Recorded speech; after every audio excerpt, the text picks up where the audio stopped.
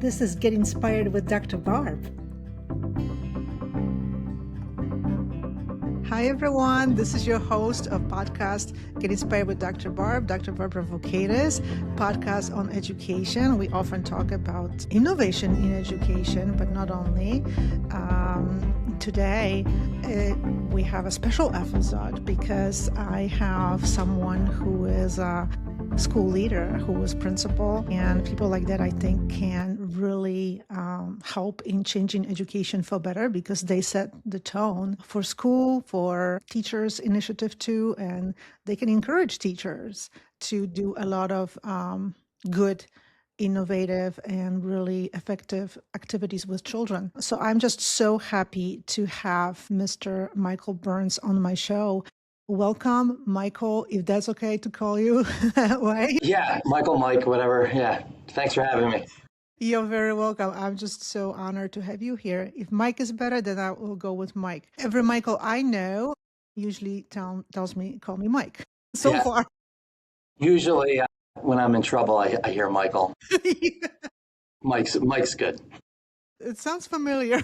Yeah.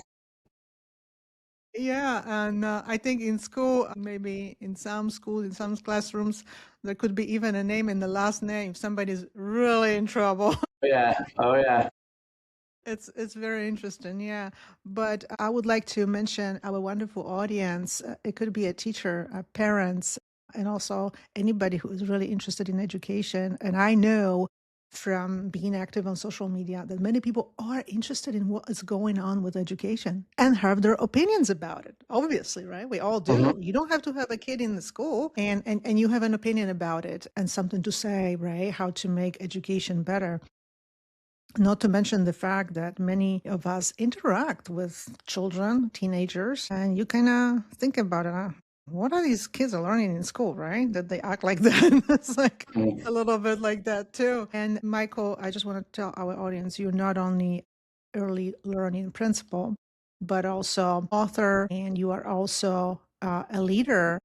And I would like you to tell us a little bit later about your leadership as far as educating young children, because this leadership is not just about your school where you work, but also several institutions, schools, right, are involved. And the first thing that I would like you to tell our audience is just if there is one thing that you think someone will take away from this conversation about what's important to consider when we think about educating young children, what would that be? And I know one thing is kind of a hard question, but Yeah. I think, one thing, I hope people take away is that, especially early childhood, it's not about rushing kids to the finish line. It's about building foundation so they love the journey. I think when children, a lot of times this is their first time entering a school. Some may have been in a daycare situation or early pre-K before they get into pre-K, but when children come in, they feel safe, they're seen. I think that's when learning sticks, and that play, curiosity, relationships, laughter, those aren't extras. They actually are the curriculum. And at the end of the day, they're just still kids. I understand we have curriculum and assessment mandates. They exist. I'm not saying they're wrong at all, but we want to make sure that what we're teaching is meaningful and it's effective. And over the years, I've seen the joy of learning and play slowly smothered by requirements and more outside pressure. And childhood is it's such a short journey. And I think when learning feels joyful and meaningful, I think that's when it truly lasts. I see it. I've got two daughters of my own. One's in 5th grade going into middle school next year. And I don't know where the time has gone. It goes so fast, But what you have just said is absolutely amazing. Isn't it interesting how the most important maybe innovation or changing education we can do is actually very simple, has nothing to do with anything complex or technology.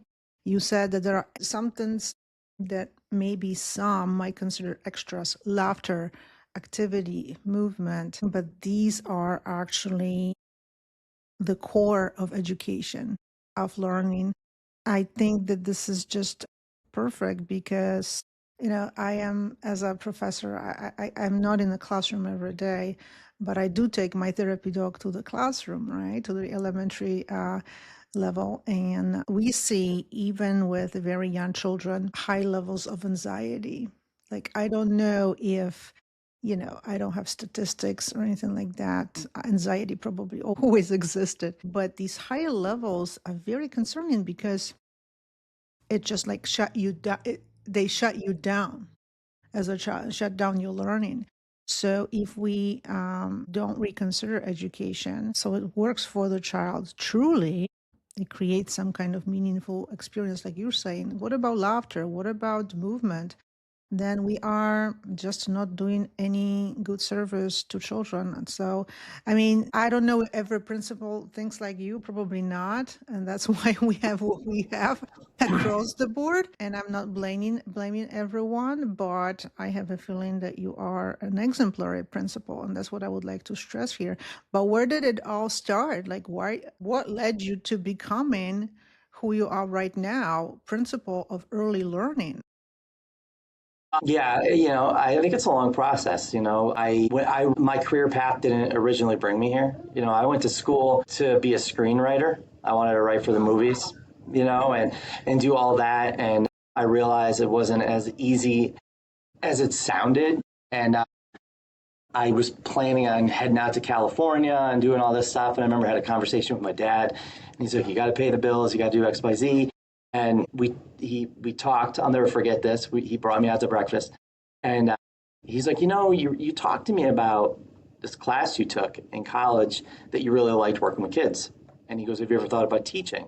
And I go, "Yeah, I've thought about it." And so I explored it more, and I went back to school to teach. I loved it. I was an elementary school teacher. Still, my love of writing, I could transfer with the kids, and I did that. And then after about 12 years, I was just looking for something different and got into administration.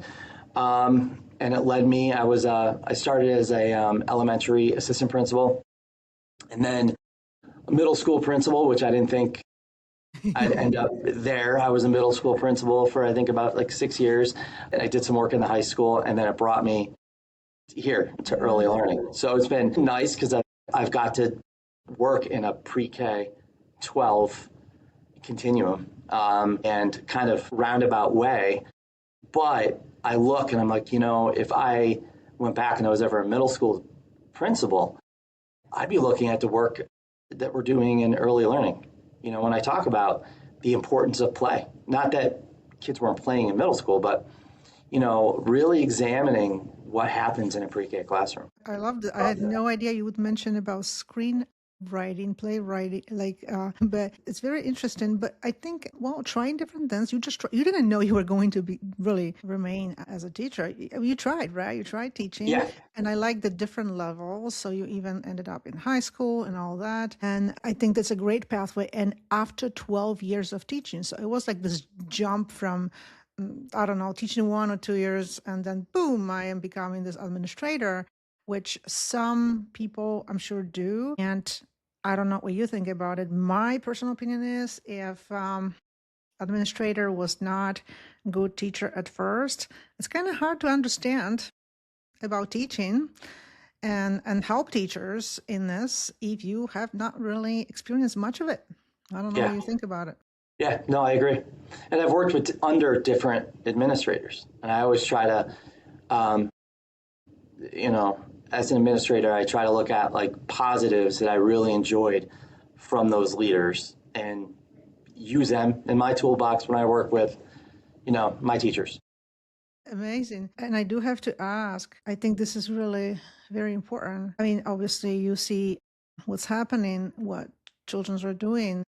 You see what this teacher is doing, what that teacher is doing. But how do you work with the teachers? How do you have certain ideas about the importance of play and other ways of teaching? How do you make sure that teachers are on the same page? If there is a teacher who is maybe kind of like doing something, but you are not like, you have some other ideas, or you think that the teacher might benefit from some help, from some suggestions. Mhm. What do you do about a situation like that?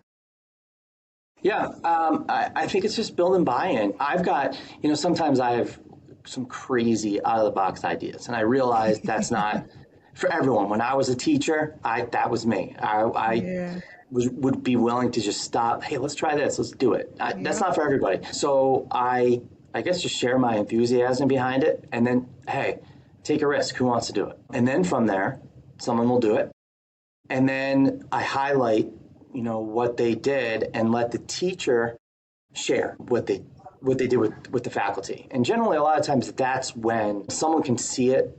Because listen, my wife's a teacher, teaching so much different than even when I was in the classroom 10 plus years ago. It's hard. Sometimes when you're trying to get through XYZ and you have so many different dynamics going on your classroom from day to day, it's hard to say, yeah, I'm going to try that. I'm going to give it a go. But I think if they see one of their colleagues doing it and it works, a lot of times that will then kind of like a trickle down effect. I love this. Hearing you, I mean, this is really so cool. All you do is just, hey, there is this crazy idea, and I think it's really cool, and it can result in some meaningful learning and children's engagement, which obviously engagement is connected to learning. There's no doubt about that. And it's like anybody would like to try it, and you just giving them the permission to try something different. And then it's just a matter. So it's not like they like, oh, I don't know, I've got this crazy idea, but I don't know what they're going to think, what the principal's going to think. And you right away, they probably know that they know your perspective already. And they probably expect that you're going to come up with some kind of interesting idea pretty soon. Yeah, yeah. And sometimes, I'm not, if I go into a pre-K classroom, I'm like, hey, try this.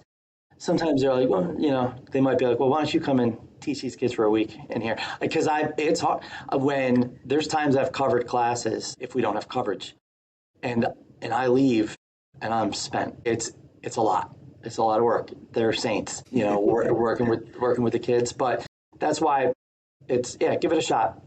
If it doesn't work, okay, it doesn't work. I I love the idea that you covered. Wow. Yeah, yeah. And it's also good because you build those relationships much more with the kids when you're there in a classroom for a certain amount of hours than just popping in from time to time and seeing them. When you're actually there with them and you're doing centers with the kids, you build those relationships. You know who they are, they know who you are. It's meaningful. It's absolutely incredible because you just take on not just one role of principal. I am the principal, right? It's not that way. It's you are also willing to be a teacher too, and get your hands dirty, so to speak, right? And And I still am a teacher, right? I think that term principal, it scares people. Like I it's think some scary. some people have had bad experiences in school if they were in a principal's office or Yep. and really, I'm a instructional leader. I've always been a teacher. So for me, yeah, let me teach. I love teaching. I love getting in there and teaching a lesson or just playing, working with the kids. I love it. And I think, I know that you are at the early learning level, but this is something that any school leader could learn from at the middle school level, at the high school level. I think one of the big issues at the high school level is all of a sudden everything becomes serious, no Yeah. fun. And, the principal with the tie and suit, right? And everything just becomes like that. And I don't think there is a need for this seriousness and like it doesn't work with all the children. That's definitely the case. I think what I from my experience, I have a kid in, who's finishing up the high school. I'm not that impressed with high school at all. At all. Like the It's fun is gone. it's hard, when you get into upper middle school and you get into high school, now you're really like, okay. It's like for the kids, you're in these specialized classes and that are in short, and you get a 40-minute block, then you move to this and you move to that. And not just that, like kids nowadays, my daughter is in travel softball. When I was a kid, I feel like my father is saying all this, like when I was your age. But when I was a kid, I played seasonal sports. I could play 3 different sports. Nowadays, it's, hey, you're on a year-long team that practices twice a week and has in spring these late games and tournaments on top of if you're in band or if you're in chorus or if you're doing something that the demands on kids is much higher. So we wonder when it goes back to your question about kids being anxious, compound that to cell phones and everything. It's a whole other story, It really especially when you is. get to middle school and high school. Exactly. But I mean, your approach is absolutely amazing. Your consideration of yourself, of your role, not just, and even like your rejection of like this, like calling me principal, it just sounds scary. And I totally agree with this, and I actually love it. And where does this attitude come from? Is this something you just kind of like, oh, this is how I'm going to be perceived, and this is where I am, or you had some kind of role models and you know what I mean? Like, how did it shape you into the type of role you have, into the nature of being a leader that you have now? I mean, it's a little bit different than other principals. I haven't heard about principal recently, like going to the classroom and teaching that much. They just come for a visit, but not really like covering for anybody. Yeah, I mean, I work with, and especially my role now, I work with a lot of different principals, great principals, that they're in the classrooms, they're involved. They dress up as characters around the holidays and things like that. That makes it really fun for the Yeah. kids. But I think it's everyone's different. I grew up with parents that were involved in everything that me, my brother, and my sister did. I was with my father all the time. He was my coach in basketball and in little league. So I think you just kind of, when you have a role model like that your whole life, you just kind of pick up those pieces. And even former administrators that I worked with, things that I liked when I was a teacher, I took. That's and it's just who I am. You know. That's amazing. I mean, it's you don't have a different persona for being a principal. It really, I have a feeling it's just kind of like you said, it's who I am. So it just works Yeah, together, and I think that's the best way. I wonder because you mentioned that once in a while you will come up with a crazy teaching idea, and could you share crazy? I mean, crazy meaning pretty much just something new, but I'm sure yeah. engagement is on your mind when you think about it. If you could share it, one or two ideas that were new for teachers and you just kind of like shared with teachers and one or two decided, all right, I'm going to do it. I'm going to be the Sure. one who will try. It would be great. So it was about 2 or 3 years ago. There was a grant opportunity, and I looked into it, and I was like, yeah, that'd be really cool. A grant, mind you, coming from a middle school, right? I was like, it'd be really cool in pre-K. Let's get a couple 3D printers in the classroom. And so got received the award for the grant. Got two. Some people thought it was a little crazy. Like, why 3D printers and pre? And I'm always like, why not? Right? Why not? Exactly. Kids are curious. They want to know. Like, let's teach them how a toy is made instead of just seeing it. Mind's blown, right? So got them. I brought it up in my office first because I'm like, all right, if I'm going to train the teachers, I need to know how to do this myself. Made a little toy Flex dinosaur in the office and then shared it, and 2 teachers were like, I'm interested in doing that, playing around with Wow. it. So they did it. And it was really cool because, one of them was making toys for the classroom. So, Wow. like during centers, they were using Play-Doh stampers that they made in the 3D printer and they could watch it.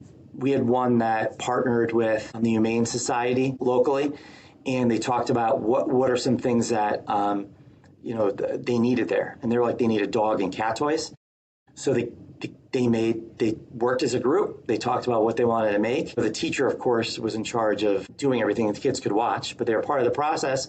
And they made bone molds where they could put peanut butter in that and freeze it for the dogs, and little cat toys, and they delivered it to the Humane Society. So if you think of that, like that was really cool that they just started making it. And, and parents reached out and they were just talking about how awesome it was that their kids were coming home at, 4 and 5, and they're talking about a 3D printer that some kids don't get a chance to see until middle school. They don't. It was so that there was an example of two that you're just like, hey, we'll give it a shot. Give it a shot. That's amazing because you just basically approach it with an open mind. I mean, why not now? Why not with with these children? I mean, I think what you also given them is this opportunity to familiarize themselves with new technologies, what's out there in the world. Because I think with education, unfortunately, sometimes we have this question, like, especially now when the AI era is already here, not Yeah. coming, not coming, but it's already here. How Yep. do we prepare children for these demands, right? For the future. Unfortunately, education is a little bit behind with that. I mean, things are developing rapidly, right? And it's So hard to quick. keep up very quick. So, like looking for, I would imagine that this was an expense, quite an expense, but you just took the shot. Let's see, let's try it. Maybe we can get it here and teach children something innovative, new technology, and they're learning to solve some problems, some real problems, authentic problems in the world using this new technology. I mean, that's like perfect. That's what we want children to have access to. Yeah. But we need people like you who will be open to this, because it's probably very hard for the teachers to just, well, imagine a sort of traditional principal who does not have these ideas, and all of a sudden the teacher is coming up with this. That's not so easy, right? Oh, it's not. And it was, I was like, take the 3D printers home. I'm like, make stuff with your kids, learn, I go, and then decide what you want to do. And if you do it and you don't want to do it, that's all right. Like Amazing. we have two. So yeah, it worked out really well. Amazing. Is there any recent strategy or activity, something that one of your teachers are doing that you would like to highlight or tell us about? Yeah, I mean, they do amazing things every day, and I'm always like, I do teacher spotlights in my memos with them because they just don't want to share, right? They won't highlight what they're doing, so I do it. Yeah. But yeah, I mean, they're working on the weekends to create centers in the class. So, for example, just the holidays. I walked into some classrooms and it was awesome. Like there was um, giant gingerbread houses that they made, and then you go in the sensory bin, and it's got different holiday rice with gingerbread that the kids are working with. They in the kitchen center. There's things for them to dress up for the holidays. We have one teacher once a year that works with a cosmetology department through BOCES, and they got mannequin heads, and they do a cosmetology center where the Wow. kids, with the mannequin heads, do the hair and everything. It's a whole, but they I love make it, that idea. I yeah, mean, some of these children might pick up on the idea of maybe I can be a cosmetologist. yes, yep, Wow, this is really awesome, and kind of like collaborating with the BOCES because they have these cool programs. yes, excellent. I absolutely love it. And what's in these collaborations and in your just in your daily work, when you interact with the teachers, when you interact with children and also with parents, what do you think is the most important thing to remember for a principal, for a leader of, of a place like that? I mean, you, again, right? There's teachers, there is children, and there's parents. There's quite a bit of responsibility for quite a big group of people. Somebody like you, somebody who, let's say, is a teacher and is thinking about being a principal, and maybe their idea of becoming principal is a little bit different. Who Mhm. knows?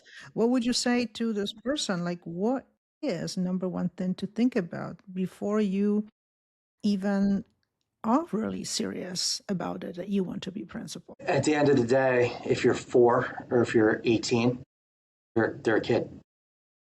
We were all kids at once. Mhm. I have kids, so I try to look at every situation I'm in as a parent. You know, if there was a disciplinary situation, I strategically have pictures of my girls around the office. So if I'm on the phone with a parent, I can see my daughter and think to myself, all right, how would I want my daughter treated in this situation if I got a phone call from her principal? So, and I think too, when I talk to a parent as a parent, not as a principal, I'm a parent, too. It's that relatability that, you're doing this for a reason. You want to make sure that their children are safe and that our best interest is with them in mind, that we want what's best for them.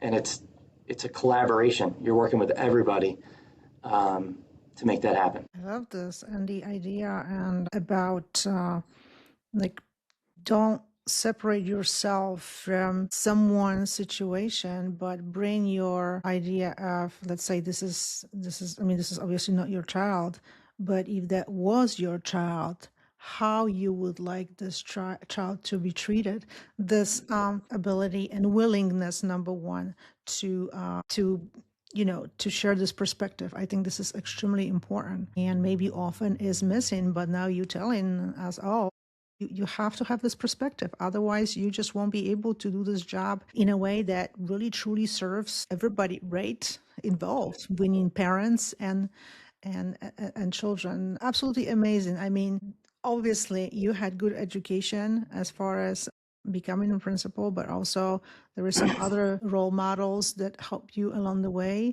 But there is more to it. And I think in your teaching experience, quite a few years prior to becoming principal, was also very telling. But do you know other leaders like you who, I mean, obviously you are also talking to some other leaders, right? Yeah, And yeah, who of are course. like you, who have similar philosophy, similar attitudes, or you're just the only one?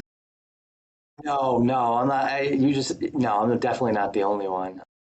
Good. Yeah, and and I think that's what kind of draws you to, if you think about it, that's what draws you to your friendships and people you hang out with. I work with amazing colleagues and administrators that, you need to have that group. It's kind of sometimes a lonely position because when you were teaching, you had all your teachers you could go to, right? When as an administrator, you're kind of, on that balance there. But yeah, and my position is really unique because I get to work with, I'm in 11 different school districts where we have pre-K classrooms, and that's all these different administrators that you get to work with and see, and I learn new things in all these different schools. I'm like, that's a really cool idea, and I take it, and and I get to share some stuff with them. So, yeah, there's a lot out there. You just a lot of times you just don't hear about it and you just don't see it, right? If you could tell us a little bit about this position, this leadership position that you have that allows you to interact with others too. What's the nature of the position? What's the goal? What's the aim? Yep. So I oversee 11 pre-K classrooms in 6 different school districts over 3 different counties. So this is different than when I was a middle school principal and I was just in a building. So there's pros and cons to it. It's hard sometimes because I have to travel, and my furthest sites are about an hour away. So if there's an issue, it's not like I can get there right away. But I've built relationships with the principals in the buildings. So if there's something, I can give them a call or they can handle it. All the principals that I work with are awesome. They're just great. And the our pre-K programs that are in their schools, it's their students that are going to be kindergartens and graduating when they're seniors. So we have a really good collaborative partnership. So I get to work in all these different districts. It's really cool. I'm sure it really informs you quite a bit. Like you said, there are some new ideas, people doing different things in different places, so that you have opportunity to bring some of those ideas right to your own Yeah, building. So yeah, that's really great. And also towards the end of our chat, which is actually fabulous because I learned so much about you, and it's just so important to highlight leaders like you I know that you're also an author. If you could tell us about your authorship, I know that you wrote a children's book. What led to writing the book, and you could highlight something about it. We would appreciate that too. Sure. So as I mentioned before, I went to school to be a screenwriter. So I enjoy writing, and I never thought I'd do a children's book. It was during COVID. Actually, I was in the middle of contact tracing, and I don't even want to even bringing it up. It brings back like awful memories. But I was in my kitchen, and I was working, and my daughter Lily, she's a fifth grader now. She came up to me and she was like, "Daddy, will you draw with me?" And I almost said I can't right now. And I was like, "Yeah, sure." So I took a pause and I said, "What do you want me to draw?" And she said, "Draw a dinosaur." Mm-hmm. So I drew a dinosaur, and I go, "How is this?" And I looked at her, and she was chewing on her finger. And I said, "Are you nervous?"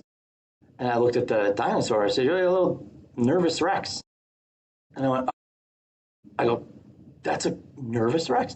And I just started writing, and I'm like, "I think this is it." Like I told my wife, like and one thing led to another, and yeah, and then Nervous Rex was born. I have a second one. I'm just waiting to hear where it stands. It's with my illustrator right now. Mm-hmm. But yeah, and a couple other ideas, and they're all. So I've got some future things on the docket right now. They're all centered around social emotional learning. So all of the characters, there's a strategy to help kids deal with coping mechanisms to deal with anxiety or worry, stress, anger. That's kind of the goal of the books.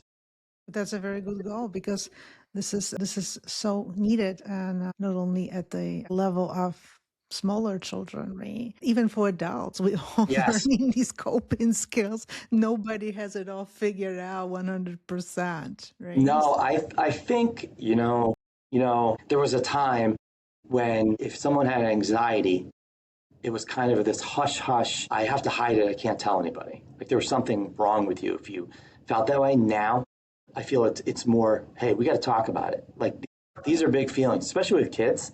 They have no idea.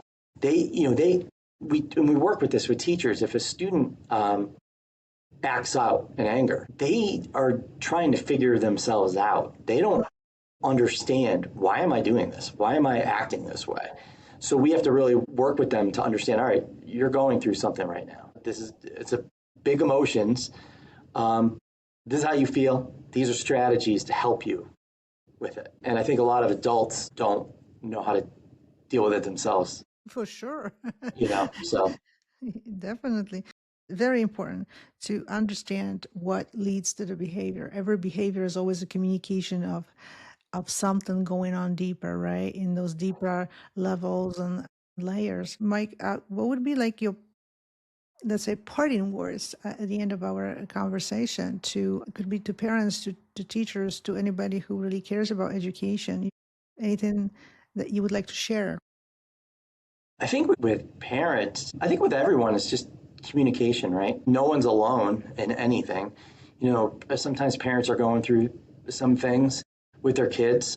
And they feel isolated and alone, but there's so many resources out there and people willing to help. I think also when we look at our kids in school, to remember that they're just kids, trying to get through everything, and it's difficult. I would not want, as much as I wouldn't mind going back and being a kid. I loved my childhood growing up. Not everybody had a great child. I'm fortunate, Yeah. but it's different. It's much different to navigate, especially with cell phones and Hmm. social media. That's a whole other conversation, right? But Yeah. yeah, and just to realize how quick it goes. Wonderful, wonderful ending. And then before we finish our chat, if you could share with our audience, if there is a place maybe on social media, maybe where they can follow you. I know that it's hard for principals, school leaders to just be very active on social media, but if there is an account like that, if you could share, that would be great. Yeah, and I'm awful with all of that. Like I am on Instagram. I think it's Michael W. Burns. Most I of it have is to my follow you on Instagram. yeah. Find me on Instagram. The picture is me riding a dinosaur from the book, so That's that's gonna be easy to easy find. one. But I am on Instagram. I'm on Facebook, just Michael. I'm on LinkedIn, and I do have a website. It's michaelwburns.com, which is just related with my book. That's awesome, and we can share these links, in the show notes too.